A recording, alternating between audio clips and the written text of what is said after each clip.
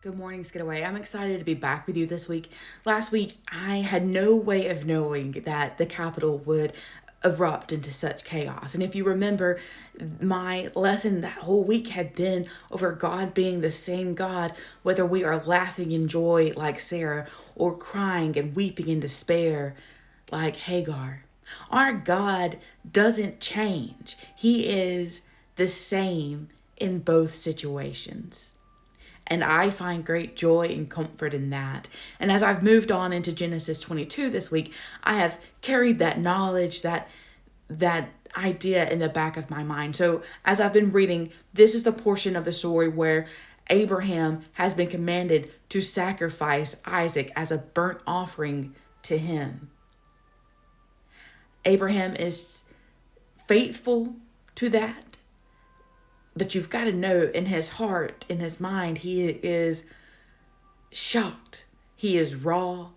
And he can't wrap his mind around why God would give him this great joy. Why God would bring him finally to this place in which that promise has been recognized and fulfilled to give him a great descendant to lead to numerous descendants, and now God's going to take him away. You've got to know he can't understand that. He can't fathom that. In my own life, I have seen this kind of jarring in a definitely more minimalist type way. I studied for 4 years to be able to be a missionary, for God to put me on mission. And he did. He took me to China, and I faithfully stepped into my role there. And as you know, I was jerked away from that quite suddenly. And the truth of the matter is I felt like a failure. I felt like something I did made God take away that calling in my life.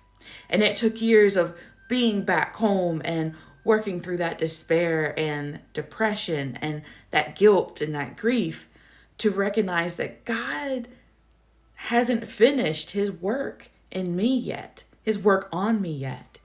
God doesn't waste anything. There's nothing about our circumstances or our paths that comes as a surprise to him. In my role now, in my role previously in Moultrie, teaching our youth has taken every bit of that missions learning and drive and made me apply it here to our people.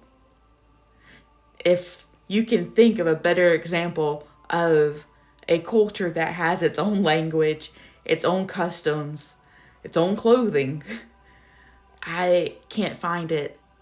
And I love that. I love that God continues to show me that he's in control and he's got great plans for me. My word for you today is it doesn't always have to feel right for God to be in control. That is, it doesn't have to feel in your heart of hearts like things are going your way for God to still be pouring his blessings upon you. I am so grateful that our God is the same yesterday as he is today. I'm so glad that our God is beyond our emotions. So wherever you are in life right now, whatever path you are treading, know that God still has his hand on you. And he's going to provide, just like he provided Abraham with that ram for sacrifice. Have a good day, Skidaway.